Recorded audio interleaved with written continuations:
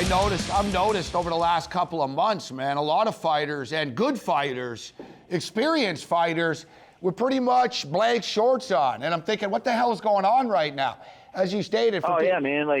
You look at people are walking out with their own, walkout shirts and stuff like that. They're making their own because they make more money just making their own and selling them within their gym and their own people. Well, I'm doing the same thing. I make way more money. I mean, probably double or triple what these guys are offering right now. Yeah, that's sad. That shouldn't be, man. For where the sport is now, this shouldn't happen. But there's a big. Now we're taping. This show's going to air on Wednesday night, so we're taping this before the big press conference. You've been around the sport a long time, James. So you train people to come into your gym.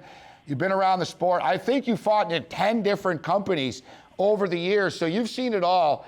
Are more people juiced right now than ever before, or are more people just getting caught right now?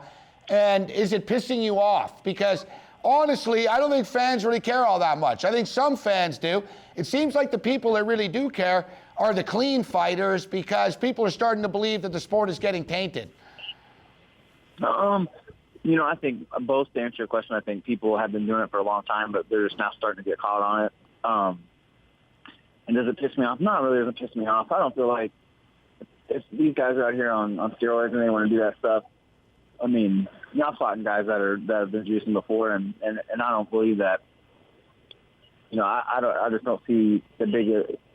Obviously, I want everything to be fair for sure, and I would be more than willing to take a piss test any day, any month, any week, or whatever, any time. So, but if somebody beats me, it's not because they're on PEDs. It's gonna be because they're better that night, and that's just. Where it starts getting weird is when you get two guys that are so equal that the PEDs can make the difference in the fight. You know what I mean? And that happens at the high level. So, yeah, I mean, I guess it gets frustrating for sure, but it's been going on for a long time. So, most of the fighters kind of know anyway. We've been knowing about this for a long time. So it's not new news to us, but, it does suck, and it's unfortunate because it does kind of tarnish the name of the sport. UFC 184 in Los Angeles, California. James Krause with us. So you've got Valmir Lazaro. There's quite a bit of tape of this guy on YouTube. Only one fight in the UFC, but a lot of his stuff from Brazil. Are you a type of guy that do you spend time breaking down film at all of your opponent? Do you look for? Do you see anything with Lazaro that you're looking to exploit, or are you a type of guy that you don't want to see too much because you just want to do your thing? I've watched all his videos. There's pretty much a thing in common, and that's that he has never had a fight on the ground yet. So I come out usually to strike. So we'll see. You might see me mix it up a little bit more and look for takedowns in the fight at some point. But I feel confident that I can come out and outstrike him. I feel like I'm a better fighter everywhere. Let's look at the competition who he's faced and who I've faced. And I know he's going to come bring a fight to me, but he's nowhere near the level of the guys that I've fought, and I'm the best.